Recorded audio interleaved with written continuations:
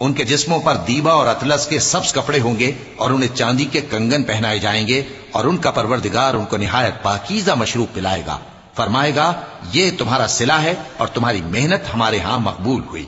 ए नबी सल्लल्लाहु अलैहि वसल्लम, हमने तुम पर कुरान बतदरीज नाजिल किया है, तो अपने परवरदिगार के फैसले के लिए इंतजार किए रहो और उन लोगों में से किसी बदअमल और नाशुक्रे का कहा न मानना।